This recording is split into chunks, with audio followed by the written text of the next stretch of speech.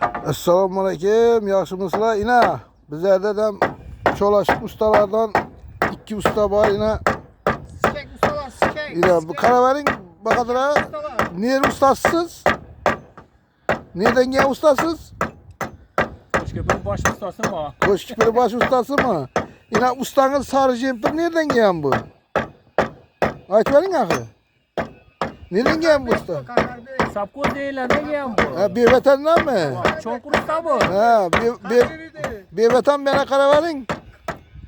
Bunu coranız göredi bilese kara derakı size ki ne de. Evet hangi? Yine bir corası var bunu. Kanı karavarin kanı. Aytas mı buna bilese kara?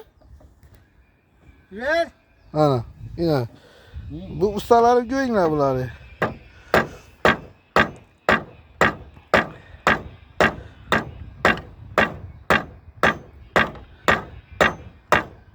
Ming like inlep beraber bir koyganda ming like bas berede tutup usta. Neçe like bastılar sana şimdi bakadır? Bana bir yüzlü basarlar like. 100 like ne buladı? Cimması ne buldu neçe like basadı? Hey. Cimmatay? Neçe like ardıysan? Bana like basın. Pat piske basırlar mı? Şifre işleri. Hava. Pat piske basırlar mı yine? Niye de şifir basa ayta versinler ha?